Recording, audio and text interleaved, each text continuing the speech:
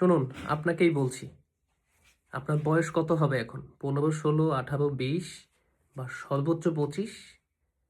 আপনার বয়স যদি এটা হয় তাহলে আপনাকেই বলছি। কেন বলছি? যেভাবে জীবনযাপন করছেন, যেভাবে লাইফ লিড করছেন, এইটা আসলে আপনার কোনো লাইফ না।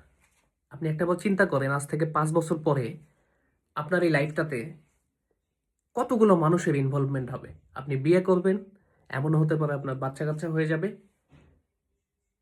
তাদের কি হবে? তাদের জন্য হলেও লাইফে কিছু করুন। তাদের জন্য হলেও আপনার এখন থেকে কিছু একটা করা উচিত। বাবা-মায়ের ঘাড়ে বসে আর কতদিন ভাই? বাবা-মার ঘাড়ে বসে আপনি বাবা-মার টাকা-পয়সা দিয়ে সারা জীবন চলতে পারবেন। আপনার বাবা-মা আপনাকে কখনো বলবে না যে, "তুই আমার সংসার থেকে চলে যা। আমি আর তোকে টানতে পারছি না।"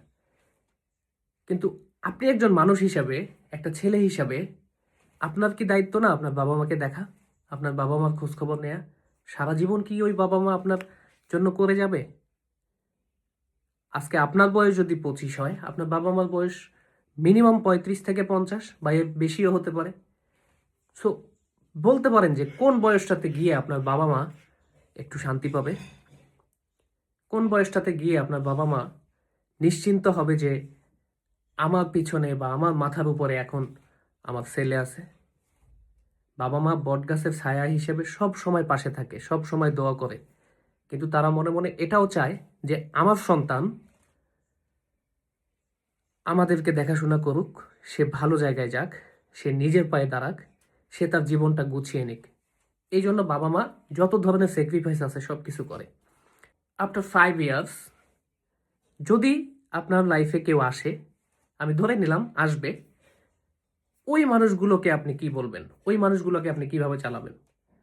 সো 5 বছর পরে আপনি কি করবেন সেটা আপনাকে এখন থেকে ঠিক করতে হবে এবং এই মুহূর্ত থেকে আপনার গোল সেট করে আপনাকে সেভাবেই আগাইতে হবে। এটা যদি করতে না পারেন ভাই, তাহলে আপনি আপনার জীবনে ব্যর্থ। সো ব্যর্থতার ঘানি সারা জীবন টানতে না চাইলে আজকে থেকে এই ভিডিওটা দেখার পর থেকেই আমার মনে হয় আপনার সিরিয়াস হওয়া উচিত।